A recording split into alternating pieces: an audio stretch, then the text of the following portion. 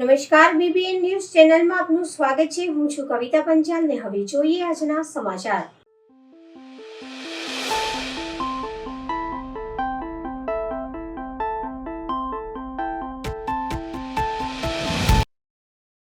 દિવાળીપુરા સરકારી nursing college પાસે ખાતે મેસમાં ખાવામાં આવતા જીવડા, ઈયળો, કાકડા નીકળતા આજે યુવરાજસિંહ જાડેજા પહોંચ્યા। દિવાળીપુરા ખાતે આવેલ સરકારી નર્સિંગ કોલેજ વેકેશન કેમ્પસ ખાતે વિદ્યાર્થીઓ દ્વારા મેસની 2,450 રૂપિયા દર મહિને આપવામાં આવેલ છે ફીસ, પરંતુ વિદ્યાર્થીનીઓને યોગ્ય ભોજન આપવામાં આવતું નથી, જેને લઈને વિદ્યાર્થીનીઓએ આક્ષેપ કર્યા હતા કે ખાવામાં જીવડા, ઈયળો, કાકડા નીકળતા હોય છે। વિદ્યાર્થીનીઓને અનેક વખત રજૂઆત કર્યા છતાં કોઈપણ પ્રકારનું નિરાકરણ ન આવતા આજે યુવરાજસિંહ જાડેજા સરકારી કેમ્પસ ખાતે આવી પહોંચ્યા હતા અને કોલેજના અધિકારીઓ ચર્ચા કરવામાં પહોંચ્યા હતા, પરંતુ તેઓને મળ્યા નહીં અને વિદ્યાર્થીઓ દ્વારા આક્ષેપ કરવામાં આવ્યા છે કે ખાવાની સાથે સફાઈની સુવિધા પણ અહીંયા મળતી નથી, જેને લઈને વિદ્યાર્થીનીઓના આક્રોશ જોવા મળ્યો હતો। વધુમાં યુવરાજસિંહ જાડેજાએ જણાવ્યું કે ખાસ કરીને ગુજરાતની સરકારી જે આ કોલેજ છે, વડોદરાની જે સરકારી નર્સિંગ કોલેજ જે છે, ત્યાં તમે જોઈ શકો છો કે આ કોલેજમાં જે અવ્યવસ્થા છે એ અવ્યવસ્થાના ભાગરૂપે જ્યારે અમારી પાસે આવ્યું છે, અમને અઢળક ફરિયાદો મળી છે કે અહીંયા જે મેસની સુવિધા છે એમાં યોગ્ય રીતે ભોજન જે આપવામાં નથી આવતું। ત્યારબાદ અહીંયા જે સેફટીના જે સાધનો છે એ ફક્ત દેખાવ પૂરતા છે। ત્યારબાદ અહીંયા જે મૂળત જે સુવિધા કહેવાય પાણીની કે યુરેનલની, તો એ પણ યોગ્ય રીતે નથી, એટલે પાણીની સુવિધા પણ યોગ્ય રીતે નથી। તેની સાથે સાથે યુરેનલ જવા માટે જે વ્યવસ્થાઓ છે એ યુરેનલની વ્યવસ્થા પણ ખૂબ જ ગંદકી ભરી છે। તમે આ ફોટા પણ જોઈ શકો છો કે ખૂબ ગંદકી એ તમામ વિસ્તારોમાં તમામ જગ્યાએ તમને જોવા મળતી હશે। એટલે એ બધી જ બાબતોને લઈને જે અમે કહી શકીએ કે આ સત્ય અને તથ્યને ઉજાગર કરવા માટે આવ્યા હતા, પરંતુ અત્યારે અમને અંદર જતા રોકવામાં આવી રહ્યા છે અને એવું કહેવામાં આવી રહ્યું છે કે તમને અંદર જવા દેવામાં નહીં આવે। પ્રિન્સિપલ અહીંના જે છે અંદર જતા અમને રોકે, કેમ ભાઈ ચોરી છુપાવો એટલે રોકો છો? શા માટે ભાઈ ઢાક પીછોડો કરો છો? તમે બહુ સત્યવાદી હોય, તમે બહુ ખરેખર બહુ સારી સુવિધા આપતો હોય તો અમને અંદર જવા દો। એવું કીધું કે ભાઈ બહેનો અમારી પાસે બહેનો છે, 2 બહેનો અમારી સાથે આવ્યા છે, તો બધા બહેનો અને આજે એડવોકેટને અમે લઈને આવ્યા છીએ, આજે તમામ મીડિયાઓ અમારી સાથે છે, તો ભાઈ આ સરકારી સંસ્થા છે ને, અમારા ટેક્સના પૈસામાંથી આ સંસ્થા ચાલે છે। પ્રિન્સિપાલને, સત્તાધીશોને પણ કહેવા માંગીએ છીએ કે અમારા ટેક્સના પૈસામાંથી ચાલતી સંસ્થામાં અમારે કોઈ પરમિશન લેવાની જરૂર નથી।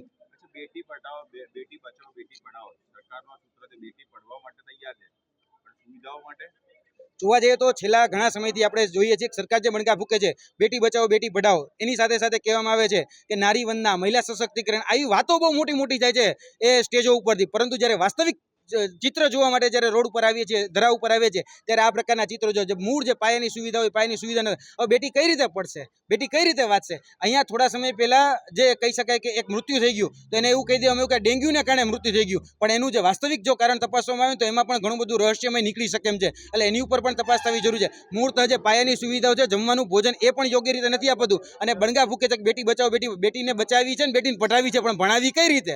તકલીફ ત્યાં છે અને મૂળ સવાલ ત્યાં છે। ઘરમાંથી દીકરીઓ અહીંયા ઘડી આવતી હોય છે, આવી સમય ભ્રષ્ટાચાર ઉભો થઈ રહ્યો છે। તમે જોઈ શકો છો કે ભ્રષ્ટાચાર દિવસે ને દિવસે અહીંયા એટલે સરકારી સંસ્થાઓમાં પણ વધી રહ્યો છે। સરકારના જે સત્તાધીશો છે એ પણ બણગા ફૂકે છે કે અમે બધી યોગ્ય સુવિધાઓ આપીએ છીએ અને યોગ્ય રીતે બધું કર્યા, તો આ તમારી યોગ્ય સુવિધા છે?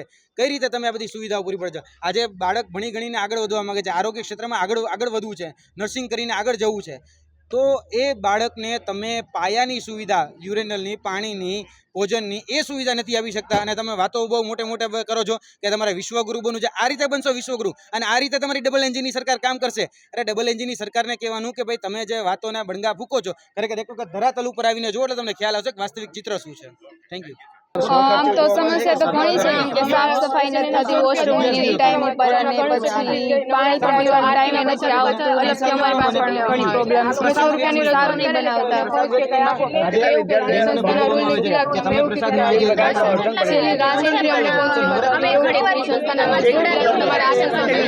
કાંઈ નહીં, અમારે જમવા બાબતે પણ કેટલી સમસ્યાઓ છે, ઈળું નીકળે છે, અમે કહીએ પણ છીએ પણ એમ કે ઉડીને પડ્યો છે કે ઉપરથી પડ્યો છે, પણ કાંઈ અમે કેવી પ્રમાણે તો કરતા નથી। વોર્ડન મેડમને ફરિયાદ કરવી, એને પ્રિન્સિપલને રજૂઆત કરી હોય કે કરી તો હશે જ તે, પણ તોય તે કાંઈ રિએક્શન કે કાંઈ મળતું નથી અમને સામે। સાફ સફાઈ બાબતે તે પ્રોબ્લેમ છે અને પીવાનું પાણી પણ નહીં આવતું, 300 જેટલા। રજૂઆત તો ઘણી વાર કરી, અરે અમારે વોર્ડન મેડમને બધાને, અમારથી આગળના સર બધાને કરેલી છે। એમ તો વોર્ડન અમારે બદલાતી રહે એટલે વોર્ડનનું કંઈ ચોક્કસ નામ કેવું ના કહી શકે। છેલ્લા 15થી 17 વર્ષોથી અદ્ભુત આયોજન સાથે તહેવારોની ઉજવણી મુખ્ય આગેવાનો કમલેશભાઈ પરમાર અને હિતેશભાઈ પટેલ ફ્રી નવશક્તિ ગરબા મહોત્સવ અનોખી થીમ અને સંસ્કૃતિ સાથે મનોરંજન સાથે સમાજને સંદેશ આપવાનો પ્રયાસ કરવામાં આવે છે. વર્ષ 2025 ગરબા મહોત્સવની ભવ્ય તૈયારી શરૂ કરવામાં આવી છે. આ વર્ષે પણ વેમાંગી વિસ્તારમાં શક્તિ ગરબા મહોત્સવ સામાજિક મૂલ્યો અને પરંપરાગત સાથે અનોખી રીતે ઉજવણી માટે તૈયાર છે. નમસ્કાર દર્શક મિત્રો, હાલ આપણે આવ્યા છે ગરબા ગ્રાઉન્ડમાં, જે શ્રી નવશક્તિ ગરબા ગ્રાઉન્ડથી ખૂબ પ્રચલિત છે. છેલ્લા 15-17 વર્ષથી ગરબાની પ્રથા ચાલતી આવી છે અને આ ગરબા પ્રચલિત પહેલાં હતા કાલીબાગ વિસ્તારમાં, ત્યાંથી હાલ હવે આવ્યા છે સમા વિસ્તારમાં, વેમાલી વિસ્તારમાં. સામાજિક કાર્યકર્તા છે આપણી પાસે હિતેશભાઈ, કમલેશભાઈ, બીજા આગેવાની ઘણા બધા કાર્યકર્તા છે. ડાયરેક્ટ એમાંથી વાત કરીશું આપણે ગરબાનું આયોજન અને ગરબામાં તેઓની શરૂઆત કેવી રીતે થઈ, ક્યાં થઈ અને આ વર્ષની એમની તૈયારીઓ શું છે. વધુ વિગત માટે વાત કરીએ આપણે હિતેશભાઈ પાસેથી, કે જેઓ આ કાર્ય હેતુ અમને બેડો હાથમાં લઈ રાખ્યો છે ગરબા ગ્રાઉન્ડ લઈને.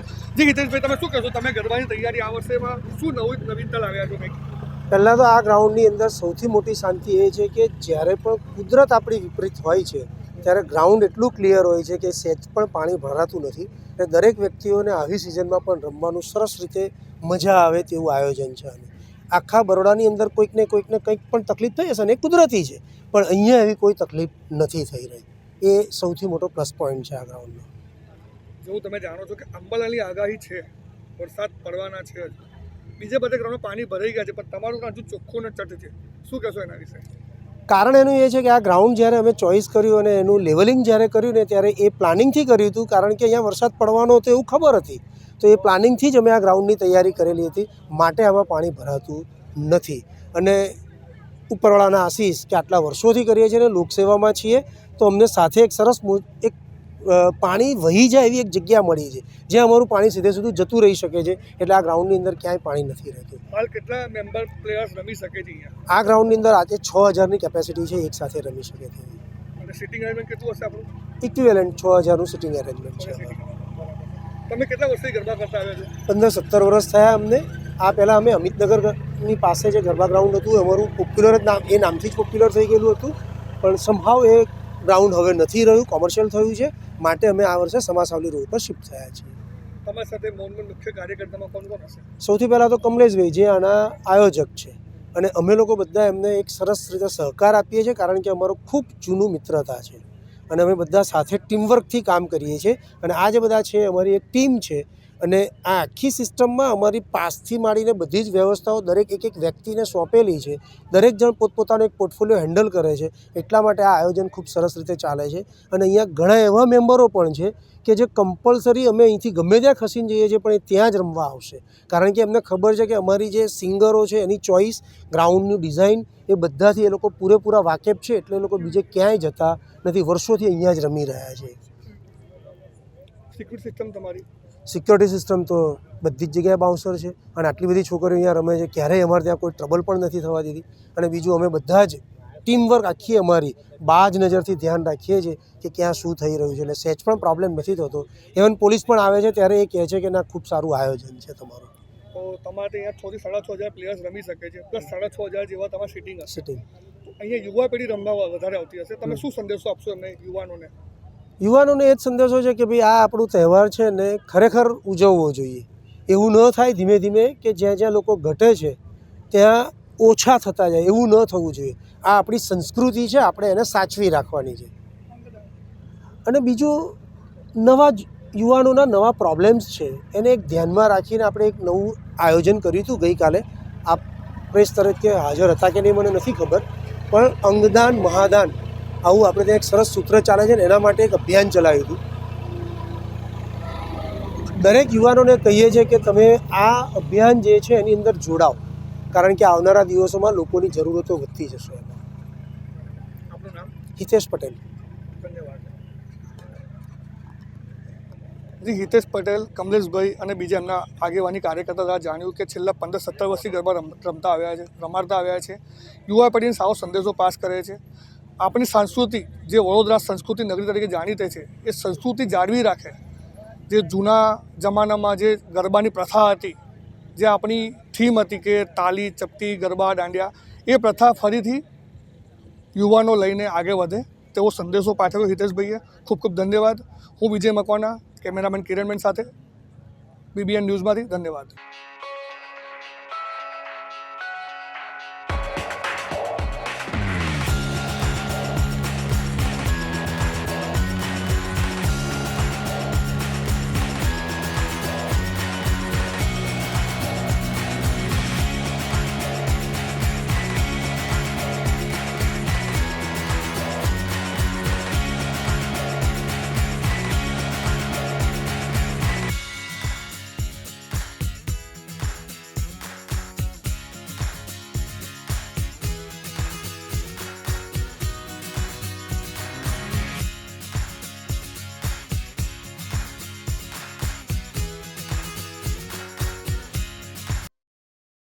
ગરબા ગ્રાઉન્ડની બહાર જાહેરમાં અશ્લીલ હરકતો કરતા યુવાનો પોલીસના હવાલે. વડોદરા માંજલપુર ઉધુર ફાટક પાસે જાહેરમાં અશ્લીલ હરકતો કરતા યુવાનોને વિશ્વ હિન્દુ પરિષદના કાર્યકર્તાઓ પોલીસે હવાલે કર્યા હતા.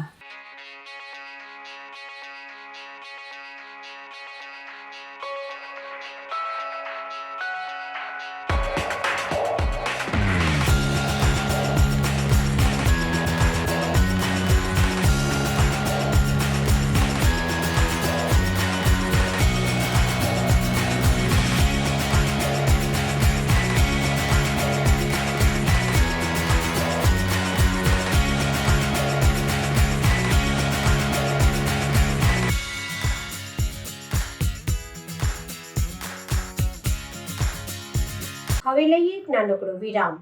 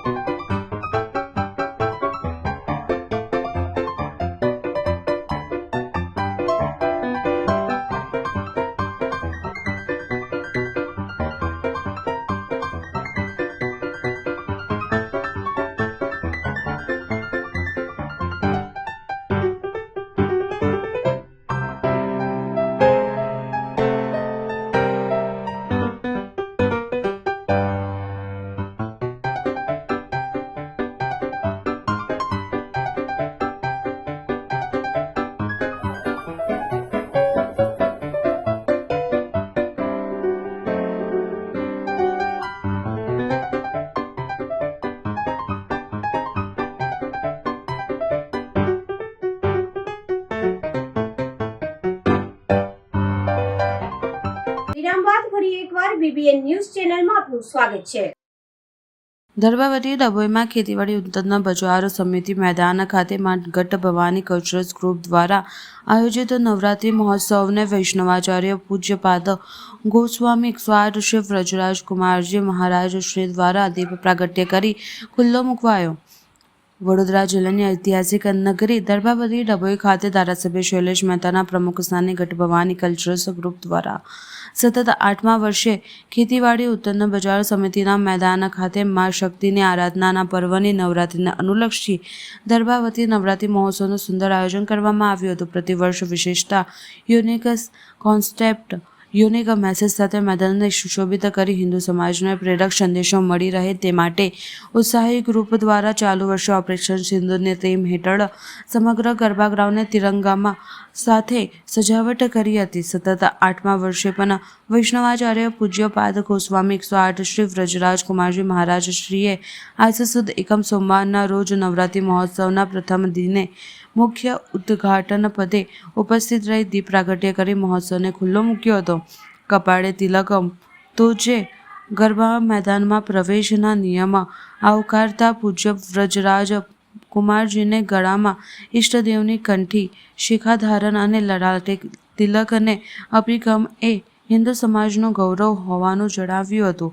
નવરાત્રિના દિવસોમાં 11 ઇન્દ્રિયોને સાત્વિક બનાવવા, ભગવાનના સમીપ રહેવા, ઉપાસવાનું મહત્વ સમજાયું હતું. ઉપરાંત ધારાસભ્ય શૈલેષ મહેતા જેવા દીર્ઘ દ્રષ્ટાંત લીડર મળ્યા તે માટે ડભોઈ વિસ્તારમાં ભાગ્યશાળી હોવાના પોતાના પ્રવચનમાં ટાંક્યું હતું. નવરાત્રિ મહોત્સવના ઉદ્ઘાટન પ્રસંગે સ્વામિનારાયણ સંપ્રદાયના પૂજ્ય પુરાણી સ્વામી, ડભોઈ નગરપાલિકા પ્રમુખ બિરેન શાહ, બ્રહ્મ જાગૃતિ મંચના બીનાબેન મહેતા, વીવાયો ના ઉપપ્રમુખ રૂમિલ મહેતા, જિલ્લા ભાજપ પ્રમુખ રસિક પ્રજાપતિ, જિલ્લા પંચાયત ઉપપ્રમુખ અશ્વિન વકીલ, ડોક્ટર બી.જે. બ્રહ્મટ, શશિકાંત પટેલ સહિતના આગેવાનો, મહાનુભાવો અને નગરજનો ઉપસ્થિત રહ્યા હતા. 8 વર્ષથી અહીંયાના કલ્ચરલ એસોસિએશનના તત્વાવધાનમાં લોકલાડીલા ધારાસભ્ય શૈલેષભાઈ મહેતાના નેતૃત્વમાં જે ગરબા મહોત્સવનું અહીંયા આયોજન કરવામાં આવે છે, ખરેખર આ આખું આયોજન એ આપણા સર્વ લોકો માટે એક સુરક્ષિત આયોજન છે. અહીંયા આવતા જ એક ખૂબ પોઝિટિવ એનર્જીનો અનુભવ થાય છે, સાત્વિક એનર્જીનો અનુભવ થાય છે. અને જે રીતે દર્ભાવતીના અંદર શૈલેષભાઈના સૂચન અનુસાર તિલક કરીને જ પ્રવેશ કરવો, એવું જે એક નિયમ અને અનુશાસન અહીંયા તૈયાર કરવામાં આવ્યું, એ આજે ગુજરાત અને ગુજરાત બહારના પણ અનેક રાજ્યોના અંદર ઘણા બધા લોકો એને ફોલો કરી રહ્યા છે. આ પ્રસંગે જે શૈલેષભાઈએ હમણાં વાત કરી થોડાક સમય પહેલા, કે દર્ભાવતીની અહીંયાની નગરપાલિકાને સરકાર દ્વારા એક ખૂબ મોટી રાશિ આપવામાં આવી, જેનાથી આગળ જતા દર્ભાવતીનો વિકાસ પણ થશે. દર્ભાવતીના વિકાસ માટે શૈલેષભાઈ ખૂબ જ પરિશ્રમ કરી રહ્યા છે, ત્યારે મને વિશ્વાસ છે આવનાર વર્ષોના અંદર દર્ભાવતી ગામ એ ખૂબ વિકાસશીલ ગામ બનશે. અહીંયાના લોકો વધુ સુખી બનશે, અહીંયાના લોકો વધુ સુરક્ષિત બનશે, એવો મને વિશ્વાસ છે. કલ્ચરલ એસોસિએશનના બધી જ આખી ટીમને, શૈલેષભાઈને, સર્વને ખૂબ ખૂબ શુભેચ્છાઓ, ખૂબ ખૂબ મંગલાશીષ, શુભમ ભવતુ. અને આ વખતે ઓપરેશન સિંદૂરની થીમ પર જઈને તિરંગાનું ડેકોરેશન અહીંયા કરવામાં આવ્યું છે. અને સાથે જ ગાયક પલકબેન સોની, વડોદરા શહેરમાં ખૂબ જાણીતા છે, એમનું ગાયક વૃંદ અહીંયા ગરબા ગવડાવી રહ્યું છે. હું આપના મારફત ખેલૈયાઓને મોટી સંખ્યામાં આમાં ભાગ લેવા અને ગરબાનો આનંદ મેળવવા માટે આગ્રહભરી વિનંતી કરું છું ને આમંત્રણ આપું છું. આ ગરબા મહોત્સવ દ્વારા જ આપણે આપણી એકતા અને સંગઠિતતા પુરવાર કરી શકીએ. ત્યારે તમામ સનાતન ધર્મ માનનારા, તમામ હિન્દુ ધર્મ માનનારાઓ એ તમામને હું આવકારું છું. પણ અહીંયાનો જે નિયમ છે કે તિલક કરીને જ પ્રવેશ મળશે. અને આજે આનંદ છે કે સમગ્ર ગુજરાતની સાથે સાથે મધ્યપ્રદેશ અને ઉત્તર પ્રદેશમાં પણ યુવાનો દ્વારા તિલક વગર પ્રવેશ નહીં, એની આજે જ મેં ઇન્ડિયા ન્યૂઝ ઉપર સમાચાર જોયા છે ત્યારે આનંદ થાય કે દર્ભાવતીથી શરૂ થયેલી તિલકને તો એન્ટ્રીને એ ઝુંબેશ સમગ્ર દેશમાં અત્યારે પ્રસ્થાપિત થઈ છે. એ દર્ભાવતીનું ગૌરવ છે. પોલીસ વિભાગ દ્વારા સેફ અને સુરક્ષિત નવરાત્રિ મહોત્સવનો શુભારંભ કરાયો. વડોદરા રેન્જ આઈજી સંદીપસિંહ તથા જિલ્લા પોલીસ વડા અક્ષયરાજ મકવાણાને પૂજા અર્ચના કરી. શહેરવાસીઓ માટે સુરક્ષિત અને વિનામૂલ્યે ગરબા આયોજન. ભરૂચ શહેરમાં શ્રદ્ધા અને ભક્તિ અને ઉત્સાહનો મેળાવો ગણાવતી નવરાત્રિનો ભવ્ય પ્રારંભ પોલીસ વિભાગ દ્વારા કરવામાં આવ્યો છે. શહેરના મધ્યસ્થ હોસ્ટેલ ગ્રાઉન્ડ ખાતે દર વર્ષની જેમ આ વર્ષે પણ ભવ્ય ગરબા ગ્રાઉન્ડ મહોત્સવનું આયોજન કરવામાં આવ્યું, જેમાં શહેર તથા જિલ્લાના સર્વસામાન્ય લોકો ઉત્સાહપૂર્વક જોડાઈ શકે તે માટે વિનામૂલ્યે પ્રવેશની વ્યવસ્થા કરવામાં આવી છે. શુભારંભ પ્રસંગે વડોદરા રેન્જ આઈજી સંદીપસિંહ તથા ભરૂચ જિલ્લા પોલીસ વડા અક્ષયરાજ મકવાણાને પરંપરાગત વિધિ મુજબ માતાજીને પૂજા અર્ચના કરી સાથે દીવા પ્રગટાવીને નવરાત્રિના ઉત્સવે સૌભાગ્યપૂર્વક શુભ મંગલ મનાવવા માટે શુભકામનાઓ પાઠવી હતી.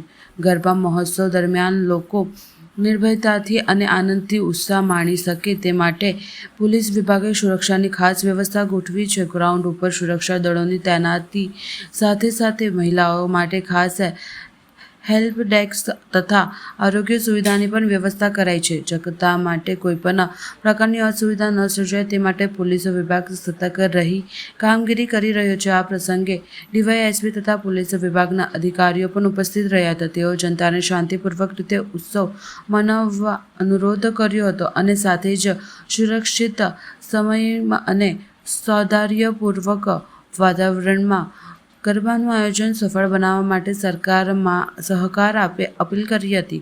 ભરૂચ પોલીસ વિભાગ દ્વારા દર વર્ષે કરવામાં આવતું આ આયોજન માત્ર એક ધાર્મિક અને સાંસ્કૃતિક પ્રસંગ નહીં પરંતુ શહેરવાસીઓ માટે સુરક્ષિત વાતાવરણમાં આનંદ માણવાની તક રૂપ છે.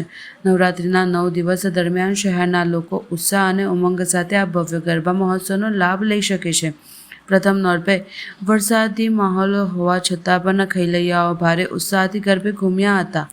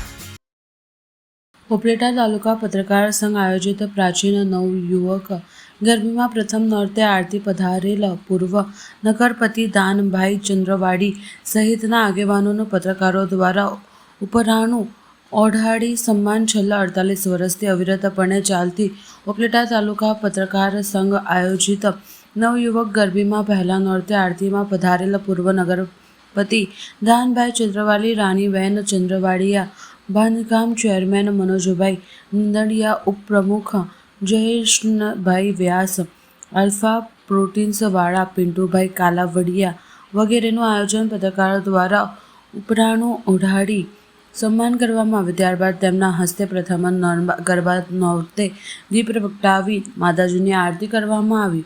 આ પ્રસંગે ગરબીનું નાની બાળીઓ દ્વારા આકર્ષક ડ્રેસ પરિધાન કરી ગરબી ગીત પર સંગીતના સથવારે રજૂ કરાયેલ પ્રાચીન અર્વાચીન રાસ ગરબા રજૂ કર્યા હતા, જે જોઈ મહેમાનો ખૂબ પ્રભાવિત થયા હતા. તેમજ આ ગરબીનો કાળી દાંડીના ડમરાને મહિષાસુર વધનીનો રાસ જોવા એ એક લહાવો છે. સમાચાર કાલે ફરી મળીશું આ સમયે આ ચેનલ પર. ત્યાં સુધી સમગ્ર BBN ન્યૂઝ ચેનલની ટીમને રજા આપશો.